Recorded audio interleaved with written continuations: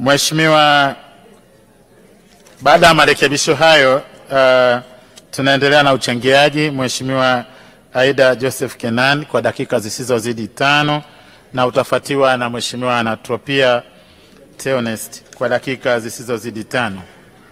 Mheshimiwa Mwenyekiti, nakushukuru.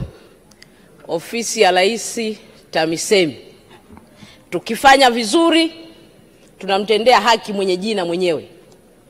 Tukifanya vibaya hatumtendei haki mwenye jina mwenyewe, Mheshimiwa Rais.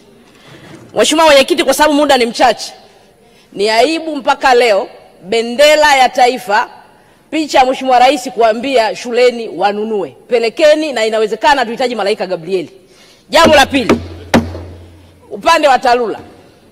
Mheshimiwa Mwenyekiti, naishukuru serikali kwa kusikiliza bunge kuongeza bajeti kwa miaka 4 mfululizo. Lakini bajeti hizo zinakwenda? Mheshimiwa Mwenyekiti, jimbo la Nkasi Kaskazini robo 3 ya barabara zake ziko chini ya TARURA. Pamoja na kuongezeka kwa bajeti, hebu angalieni maeneo yaliyoathirika zaidi, muyape kipaumbele au kuwe na program maalum ya kwenda kumaliza hizo changamoto.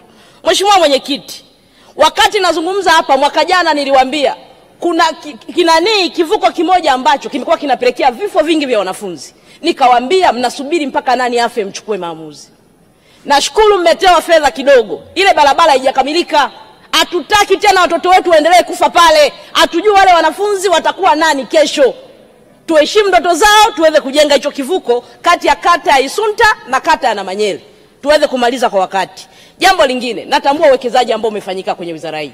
Upande wa elimu, lakini upande wa sekta ya afya, lakini ushauri wangu uwekezaji huo uendane na huduma zinazotolewa, sio majengo yabaki kuwa sifa ya majengo.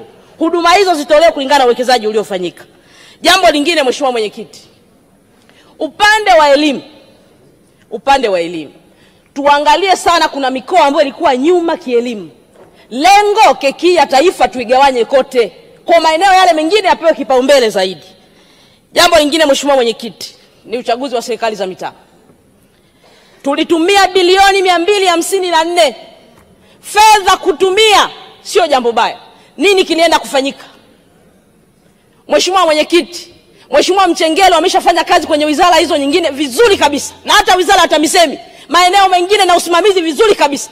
Kwenye eneo la uchaguzi wa serikali za mitaa, mimi ni Mkristo Mkatoliki. Ukweli utaniweka huru, mambo yalifanyika ya hovyo kabisa mwaka jana kwenye uchaguzi wa serikali za mitaa. Kuanzia mwanzo kwenye kuwaingua wagombea, haiwezekani. Tena mnaondoa mambo ambayo hayapo kisheria wala kikanuni. Mheshimiwa Waziri, wewe ni mwanasheria. Eti mnasema form moja sehemu aliyojaza anajua kusoma Kiswahili, kwamba eti alipiga tiki sehemu ya pili kwamba anajua na Kiingereza, kwa alikosea kujaza form. Hilo jambo linamuondoa mgombea. Naomba niwaambie, amani tunayoimba, amani ni tunda la haki. Tusipoiandaa haki, amani tutaimba hitaji kutumia mtutu wa bunduki. Mheshimiwa Rais ameanza vizuri, ametenda vizuri. Yaliyotokea kwenye uchaguzi wa serikali za mitaa, bado maumivu ya Watanzania ni makubwa. Imani imepotea juu ya kulinda haki yao kwenye kura zao watakazopiga. Mimi naeleza hapa, naipenda nchi yangu. Niliwaambia wananchi wangu wasifanye fujo. Sitaki ndugu zangu waumie wala wafe kwa ajili ya uchaguzi. Mheshimiwa Mwenyekiti, kama kuna ajabu ilitokea, hata wale wachache waliotangazwa siku wanakwenda kuapishwa kwa hakimu, wanakutana na aliyeshindwa, anasema nimeagizwa na chama changu nije niape. Ni aibu ya taifa. Amani tunayoizungumza leo ilitengenezwa, na kutengeneza kwake ni haki. Tendeni haki.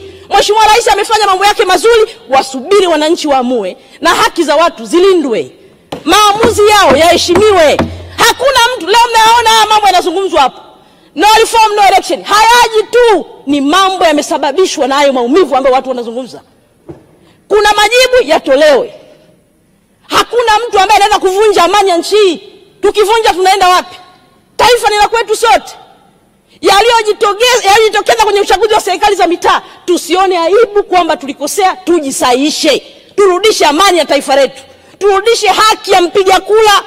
Turudishe heshima ya mpiga kura. Viongozi wote wanatokana na maamuzi ya wananchi. Tukikosea leo, tunatengeneza taifa la namna gani? Tutasema sawa tumerudi. Na mimi Mheshimiwa Mwenyekiti, ni kweli tunasema mambo yamefanyika. hata jimboni kwangu yamefanyika.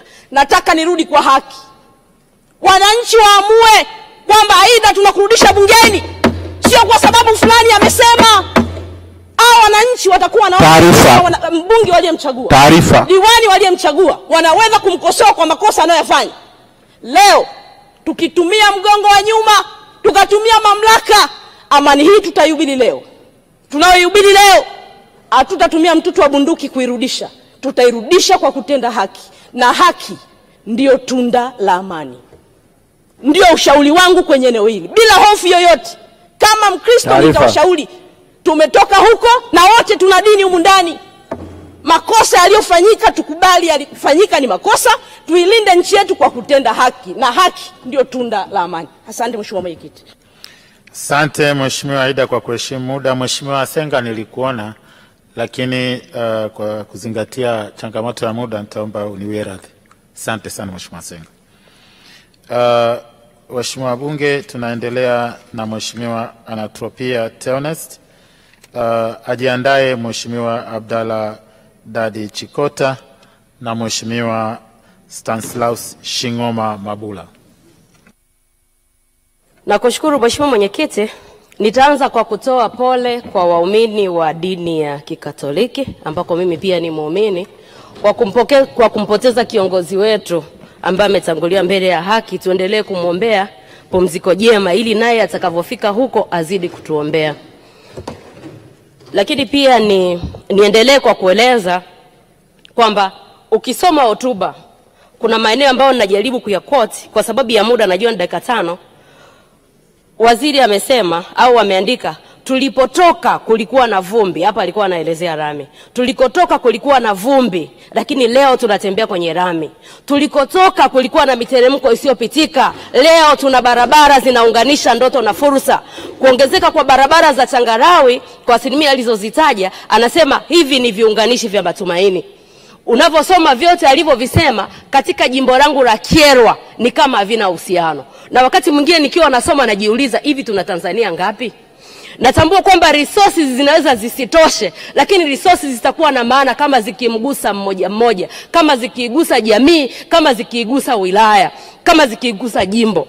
Sisemi hakuna kilichofanyika, lakini nikipata muda nikaeleza ramani ya wilaya ya Kyerwa, kuanzia zahanati, hali ya zahanati, idadi ya watumishi, hali yenyewe iliyopo, vyumba wanavyotumia kina mama, maeneo ya kupumzikia. Nikaanza zahanati moja moja, nikakutajia Songambele, nikatoka nikakutajia Nyakatuntu na maeneo mengine. Utasema kweli hii mlioandika Mheshimiwa Waziri haituhusu sisi. Lakini tukitoka hapa tukaenda kwenye changamoto ya vyumba vya madarasa ya shule za misingi. Kuna baadhi ya vyumba tukiongelea baadhi ya vyumba majengo yamechakaa.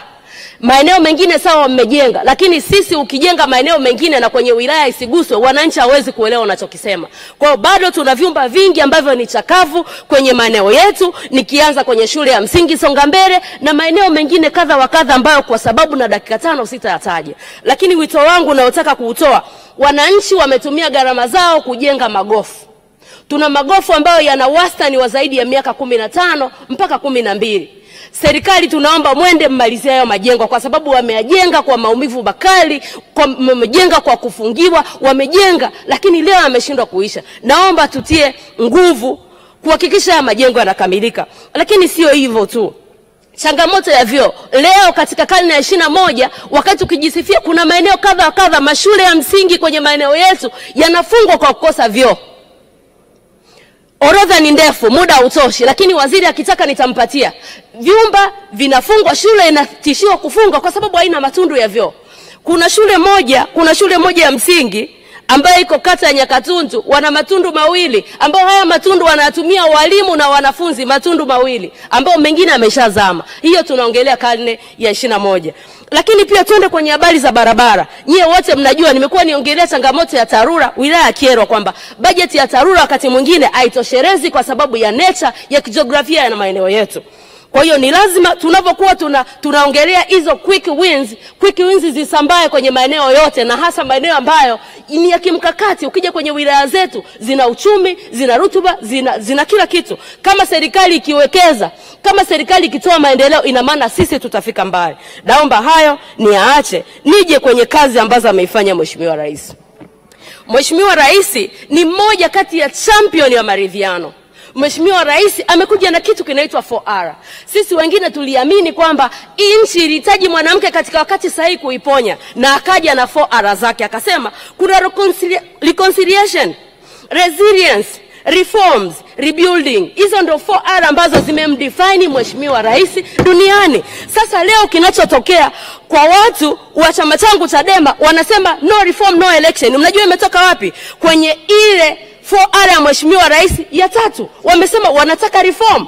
Ni kwa nini wametaka reform? Kwa sababu ya past experience. Sisi wote humu ndani tumewahi kukiri kuna wakati mambo yanaweza kwenda ndivyo sivyo. Hivi kwa watu kusema wanataka reform ni kosa? Mheshimiwa Rais yeye ameridhia kwamba hii nchi kama taifa tuje pamoja, tujadili mustakabali wa maendeleo yetu. Ndio maana ameleta reform. Ameongelea reconstruction. Kuna shida ya reconciliation. Leo tunawaweka watu ndani kwa sababu ya kutaka reform. Tundu Lissu ni sahihi. Hii amani tulionao leo, amani ni tunda la haki. Amani tulionao leo, kuna watu wamefanya kazi kubwa mpaka amani tunayo leo. Hatuwezi kukubali kuivuruga amani kwa sababu ya ubinafsi wa uchaguzi. Hatuwezi kutaka kuhimiza Tanzania. Kwanza wanasiasa ni wangapi? Kwanza wabunge ni wangapi? Mawaziri ni wangapi? Kwa population ya Tanzania watu zaidi ya milioni 60. Na then tunapaswa tukae chini kama taifa tupate mustakabali. Wamekuwa wakitoa mfano katika game ya Simba na Yanga. Unamruhusuje refali wa Yanga kuchezesha hiyo game? Hayo maelezo mbona ni yako wazi? Na nirudie kusema, iki chama kazi mmefanya, si mmejenga rami, si mmepeleka zahanati, si mmepeleka umeme, kwani shida iko wapi refali akiwa neutral? Mimi nadhani hiyo ndio call napasa kuitoa. Nimalizia na chaguzi za serikali za mtaa. Aliyemaliza kuongea ameongea. Mheshimiwa Mwenyekiti, kwa dakika moja. Kuna maeneo ambako kulikuwa na mgombea mmoja. Wananchi walipasa kupiga kura ya hapana. Hao ndio. Au wananchi walipiga kura ya hapana, maeneo mengine kura zao hazijawahi kuhesabiwa mpaka leo, na mshindi hajawahi kutangazwa. Haya mambo yanaliumiza taifa. Sisi tunataka taifa letu la amani lenye viongozi wanaoheshimika waliopatikana kwa credibility. Tudumishe hiyo, itatufikisha mbali. Nakushukuru Mheshimiwa Mwenyekiti. Asante sana Mheshimiwa Wabunge, mmejitahidi kuzingatia muda.